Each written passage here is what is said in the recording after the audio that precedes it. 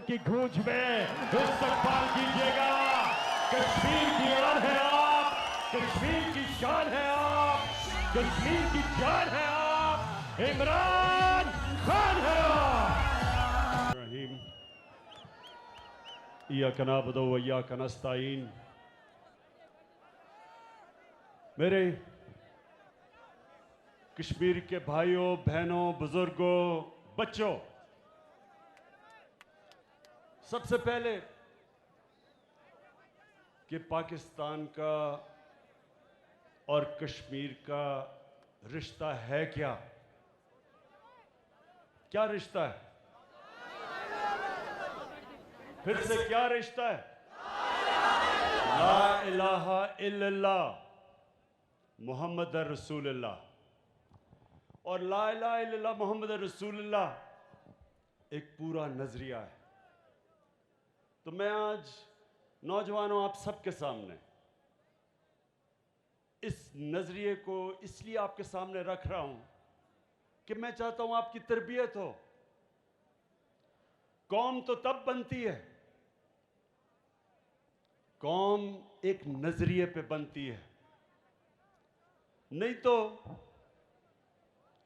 बलूचिस्तान वाले कहेंगे कि जी यहां हमारे पास तो मदनियात हैं, पख्तूनख्वा वाले कहेंगे कि जी यहां हमारी तो बिजली बनती है, पंजाब कहेगा जी हम सारे पाकिस्तान की गंदो मनाज बनाते हैं। तो इसलिए कौमें बनती तब है जब अपने मफादात से ऊपर एक नजरिया आ जाता है। और हमारे नबी सल्लल्लाहु अलैहि वसल्लम ने सारी अरबों को, मुख्तलिफ कबीले थे, सबको नजरिए पे इकट्ठा किया और फिर दुनिया की इमामत की।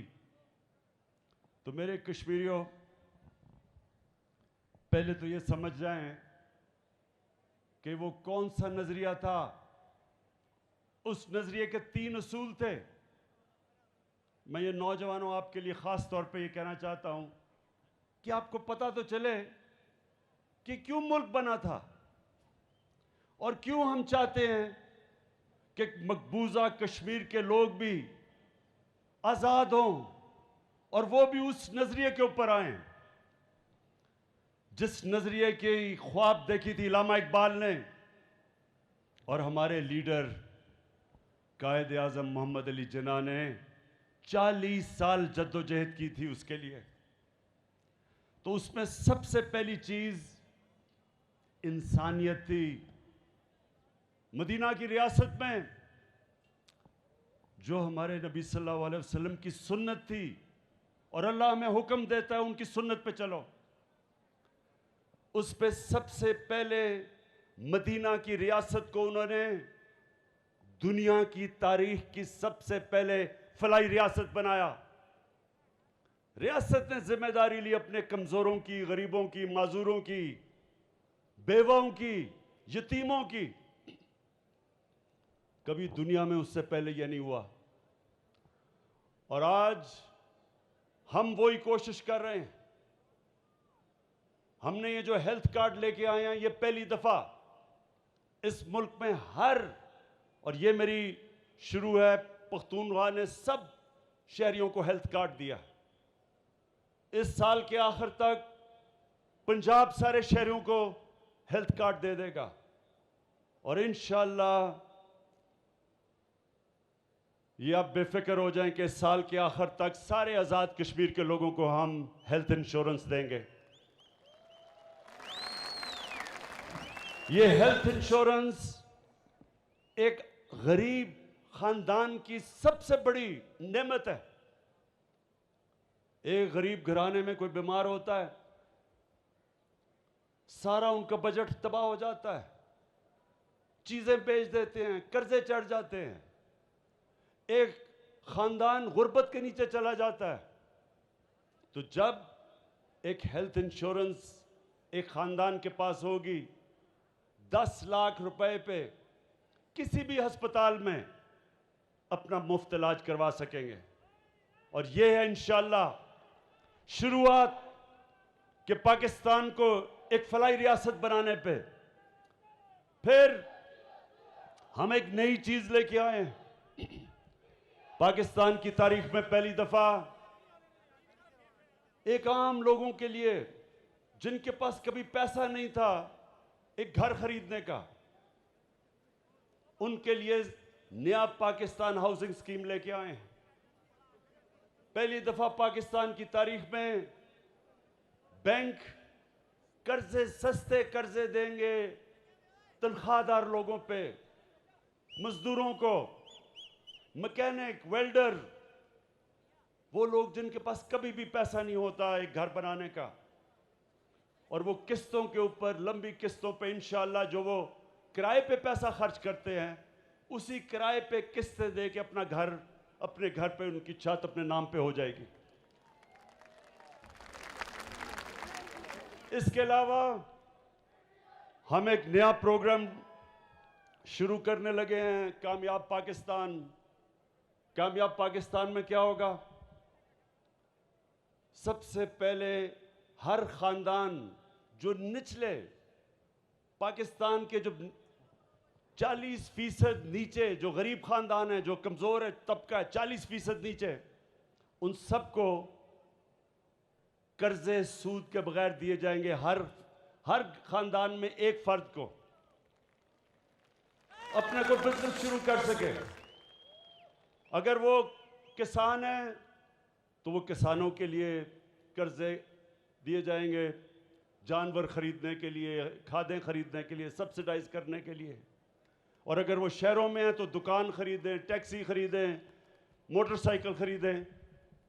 ये पहली दफ़ा पाकिस्तान में हो रहा है कि, और ये आपने समझना है, दो किस्म के इकोनॉमिक मॉडल हैं। एक ये कि अमीर अमीर हो जाए, और जब वो अमीर हो जाए तो वो आहिस्ता आहिस्ता उसके नीचे लोगों को फर्क पड़ना शुरू करे, जिसको कहते हैं ट्रिकल डाउन। एक दूसरा मॉडल है मदीना का मॉडल, कि नीचे से लोगों को ऊपर उठाया जाए। और वो मॉडल तहरीक इंसाफ अपना रही है, और इंशाअल्लाह आज़ाद कश्मीर में आप देखेंगे कि कामयाब पाकिस्तान वो मॉडल है जो आपके निचले तबके को ऊपर उठाएगा। हर खानदान में फिर टेक्निकल एजुकेशन दी जाएगी, एक फर्द को कर्जे, एक फर्द को टेक्निकल एजुकेशन, ताकि वो, और आजकल ऐसी चीजें हैं इंफॉर्मेशन टेक्नोलॉजी में कि बड़ी जल्दी घर में बैठे बैठे ख्वातीन, अगर उनको आप टेक्निकल एजुकेशन दे, वो घर में बैठे बैठे पैसे बना सकती हैं, अपनी आमदनी बढ़ा सकती है। और उसके अलावा हमने जो शुरू किया है पनागाह, शहरों के अंदर जिधर मजदूर काम करने आते हैं उनके लिए सोने के लिए जगह, उनके लिए खाना, उनके लिए साफ गसल खाने, ताकि वो नहा धो लें, ताकि जो भी वो पैसा कमाएं दिहाड़ी के, वो सब अपने बच्चे और बीवी को घर भेज सकें।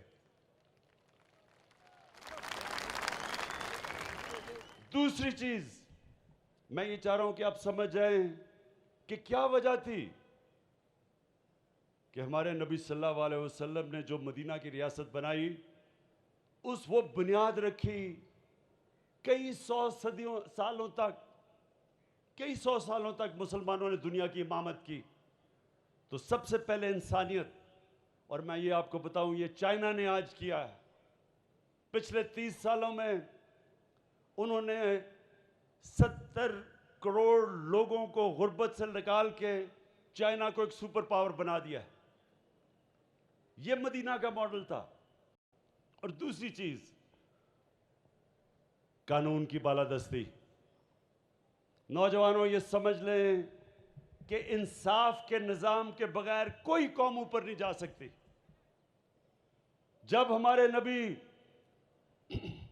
सल्लल्लाहु अलैहि वसल्लम ने कहा कि मेरी बेटी भी जुर्म करेगी तो उसको सजा मिलेगी, कानून के ऊपर कोई नहीं, कोई कानून के ऊपर नहीं है। और उन्होंने कहा जिन कौमों में इंसाफ नहीं वो तबाह हो जाती हैं।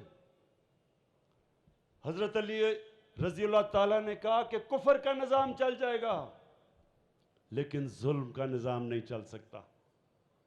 तो जब तक एक मुल्क में, एक कौम में इंसाफ नहीं होता, वो कभी तरक्की नहीं कर सकती।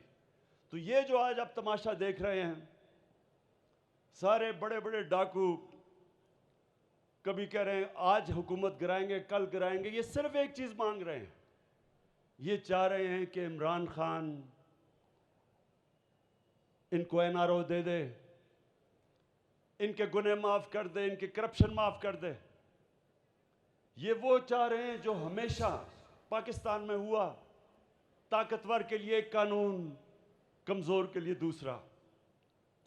जो मुल्क, और आपके कश्मीर के लोग मुझे सारी दुनिया में मिलते हैं, खास तौर पर बरतानिया में, उनसे कभी पूछे कि क्या बरतानिया में वो कभी उन्होंने ऐसे देखा कि ताकतवर डाकू कहे, एक ताकतवर पकड़ा जाए करप्शन करते हुए? क्या उसकी जुर्रत है कहने की कि मुझे एनआरओ दे दो, कि मुझे मेरी करप्शन माफ कर दो, ये तो सिर्फ गरीबों को पकड़ो? क्या किसी की जुर्रत है वहां? कभी कभी किसी कामयाब खुशहाल मुल्क में किसी की मजाल नहीं होती कि वो कहे कि जी मेरे लिए एक कानून और सिर्फ गरीबों को जेलों में डालो। आज भी पाकिस्तान में आप जेलों में देखें तो सिर्फ गरीब लोग होते हैं। ताकतवर डाकुओं को भी हमारा इंसाफ का निज़ाम नहीं पकड़ सकता। कहीं किसी मुहज़्ज़ब माशरे में, कामयाब माशरे में, खुशहाल माशरे में ऐसा नहीं होता कि एक सुप्रीम कोर्ट एक आदमी को जेल में डाले और वो फिर ऐसी एक्टिंग करे कि बॉलीवुड के अंदर भी कोई ऐसी एक्टिंग ना कर सकता था। ऐसी मासूम बीमार शक्ल बना के और झूठे मेडिकल टेस्ट दे के और वो आज बरतानिया चला जाए, ये किसी मजहब माशरे में नहीं होता। तो असल में कश्मीर के लोगों, ये सुन लें मेरी बात, ये है असल पाकिस्तान की जंग। इस वक्त हम अपने मुल्क के मुस्तकबिल की जंग लड़ रहे हैं, जिहाद कर रहे हैं, अपने बच्चों के मुस्तकबिल की जिहाद लड़ रहे हैं। ताकतवर को कानून के नीचे हम लाने की कोशिश कर रहे हैं, जो आज तक ताकतवर कानून के ऊपर रहा है। जो मुल्क, जिस मुल्क के अंदर इंसाफ का निज़ाम है, कानून की बालादस्ती है, वो खुशहाल है। जिस मुल्क में नाइंसाफी है, कानून नहीं, ताकतवर के लिए कानून, कमजोर के लिए दूसरा, वहां गुर्बत है। जितने मर्जी वसाइल के बावजूद उस मुल्क में गुर्बत है। मुल्क कभी भी खुशहाल नहीं हो सकता जब तक उसमें कानून की हुक्मरानी, ताकत की हुक्मरानी नहीं, कानून की हुक्मरानी ना हो। और फिर आखिर में खुददारी, ला इलाहा इल्लल्लाह, अल्लाह के सिवा कोई, मैं किसी के सामने नहीं झुकूंगा। ये जब आप कलमा पढ़ते हैं तो सबसे पहले आप कहते हैं कि अल्लाह तेरे सिवा मैं किसी के सामने नहीं झुकूंगा। ला इलाहा इल्लल्लाह एक इंसान को गैरत देता है। ला इलाहा इल्लल्लाह एक छोटे इंसान को बड़ा इंसान बना देता है, एक कमजोर कौम को अजीम कौम बना देती है। क्या था वो मदीना की रियासत में? गरीब लोग थे, दोनों तरफ सुपर पावर्स थी। Roman empire, Persian empire super power थी, गरीब लोग थे, लेकिन खुददार लोग थे, किसी के सामने झुकने वाले नहीं थे, कोई खौफ नहीं था। वो जानते थे कि अल्लाह के हाथ में जिंदगी और मौत है, इज्जत जिल्लत है, रिस्क है। आजाद इंसान थे। दुनिया की तारीख में इतनी तेज एक कौम उठ के आधी दुनिया पे नीचे आ गई जो मदीना की रियासत, मदीना के रियासत के मॉडल में हुआ। और यही पाकिस्तान में हमने करना है। बदकिस्मती से अब तक हम लोगों के सामने हाथ फैलाते फिरे हैं, कभी किसी से एड तो कभी किसी से कर्जे। कभी हमने अपने पैर पे खड़ा होना नहीं कोशिश नहीं की। कोई मुल्क से बाहर सरबराह जाता है, सारे इंतजार कर रहे होते कि जी कितनी कर्जे लेके आएगा या कितनी इमदाद लेके आएगा। कोई मुल्क इस तरह हाथ फैला के अजीम कौम नहीं बन सकता। तो मेरे कश्मीरियों, ये इंशाल्लाह अब ये जो पाकिस्तान बनने जा रहा है, इंशाल्लाह ये किसी के सामने हाथ तो फैलाना दूर की बात है, ये लोगों को इंशाल्लाह गरीब मुल्कों को इमदाद दिया करेगा। कश्मीर के लोगों, मैं आज मकबूजा कश्मीर के जो अजीम लोग हैं उनको आज मैं ख़ास पैगाम देना चाहता हूं। सिर्फ पाकिस्तानी कौम ही नहीं आपकी तरफ देख रही, सिर्फ हम ही नहीं आपके ऊपर फख्र करते। जिस तरह आपने जुल्म के सामने आप खड़े हुए हैं, जिस तरह आपने खुददारी दिखाई, जिस तरह आपकी बुरहान वानी जैसे नौजवान जिन्होंने अपने जानों की कुर्बानियां दी हैं, सिर्फ पाकिस्तान में नहीं आपको अप्रिशिएट किया जा रहा, और आप पे सारी दुनिया देख रही है आपकी अजमत पे, आपकी दिलेरी पे, आपकी कुर्बानियों पे। सारी मुसलमान दुनिया आपकी तरफ देख रही है और आपके लिए दुआएं कर रही है कि अल्लाह इनको इसी तरह सब्र और ताकत दे, इसी तरह इनको जज्बा दे खड़ा होने का और जुल्म के सामने खड़ा होने का। कोई नहीं समझ रहा था कि जब नरेंद्र मोदी ने 5 अगस्त को कश्मीर के ऊपर जो जुल्म करना, मजीद जुल्म करना शुरू किया, पहले भी जुल्म था, कोई नहीं समझ रहा था कि कश्मीर के लोग वो बर्दाश्त कर जाएंगे। दुनिया समझ रही थी वो घुटने टेक देंगे, लेकिन कश्मीरियों का वो जज्बा और जो उनके अंदर ईमान है, वो नहीं समझते थे कि इस तरह का मजबूत पुख्ता ईमान वाले लोग हैं वो। तो हम आज सब आपको सलाम कर रहे हैं, कश्मीर के मकबूजा कश्मीर के लोगों। इंशाअल्लाह जो कुरान में अल्लाह का वादा है ईमान वाले लोगों के लिए कि हर मुश्किल के बाद मैं आसानियां पैदा करता हूं। इंशाअल्लाह अच्छा वक्त आपके सामने आ रहा है। हम पाकिस्तान में आपके लिए दुआएं तो करते हैं, मैं आपको ये कहता हूं कि इंशाअल्लाह सारी दुनिया में आपका सफीर बन कर निकलूंगा, आपकी आवाज उठाऊंगा और उठाता जाऊंगा। ये जो बीजेपी और बीजेपी का आरएसएस, जो आरएसएस का नजरिया जो सिर्फ कश्मीरियों के ऊपर जुल्म नहीं कर रहा, हिंदुस्तान में जो मुसलमान हैं, जो क्रिश्चियंस हैं, जो सिख हैं, जो उनकी शेड्यूल्ड कास्ट हैं, इन सब के ऊपर ये आरएसएस का नजरिया इन सब को खौफ दिला रहा है, खतरा है उनको। उनको बराबर के शहरी नहीं ये समझते, बल्कि ये आरएसएस का नजरिया सबसे ज्यादा खतरा हिंदुस्तान को है उससे। हम हर फोरम पे इनके लिए खड़े होंगे और मैं इंशाल्लाह हर फोरम पे इनकी आवाज़ बुलंद करूंगा। मैं आपको आखिर में ये 2 चीज़ें कहना चाहता हूं कि अपने ज़हन में डाल लें कि जिस पार्टी के लीडर का पैसा, उसकी जायदाद, उसकी बिजनेस पाकिस्तान में नहीं है, वो कभी आपके लिए स्टैंड नहीं ले सकता। अगर मेरा पैसा बाहर हो, मेरे भी जायदादें बाहर हो, मैं कभी अमेरिका को एब्सोल्युटली नॉट ना कह सकता।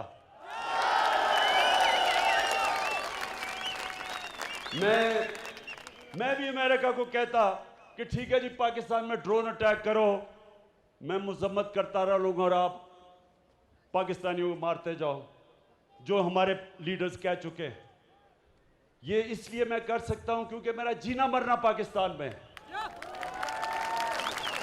इसलिए कश्मीर के लोगों के ज़हन में डाल लेना कि पहले तो वो आपका कभी लीडर हो ही नहीं सकता जिनकी जायदादें और बिजनेस और पैसा और बैंक बैलेंस मुल्क से बाहर पड़े हों।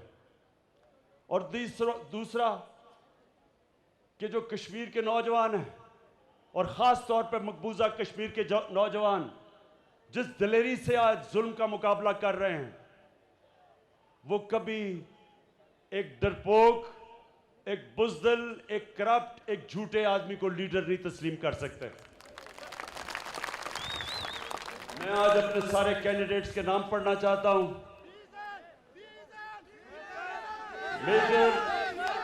मेजर लतीफ खलीक, सरदार तनवीर इलियास, सरदार मीर अकबर, चौधरी अमीर नजीर, अब्दुल कयूम न्याजी। न्याजी हम कैसे आ गया, ये मैं बड़ा हैरान हूं। वैसे हम न्याजी सारी जगह फैल गए हैं।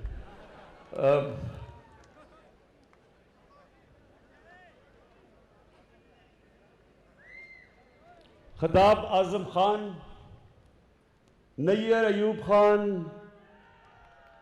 और मिसेस शाहिदा, सरदार मोहम्मद हुसैन, फ़हीम अख्तर, ये सारे हमारे कैंडिडेट्स हैं। सारी पूंछ डिवीज़न में सब चाहता हूं कि आप इनकी भरपूर तरीके से हमायत करें और 25 तारीख को बल्ले में वोट डालें और इंशाल्लाह तब्दीली लेके आएँ। वज़ीर-ए-आज़म इमरान खान का बाग आज़ाद कश्मीर में जलसा-ए-आम से खिताब। वज़ीर-ए-आज़म ने अपने खिताब में कहा कि कौम एक नज़रिए से बनती है, कौमें तब बनती हैं जब मफादात से बालातर होकर काम किया जाए। वज़ीर-ए-आज़म इमरान खान की जानिब से अपने खिताब में कहा गया है कि पाकिस्तान की तारीख में पहली बार कम लागत मकानात की तामीर शुरू की गई।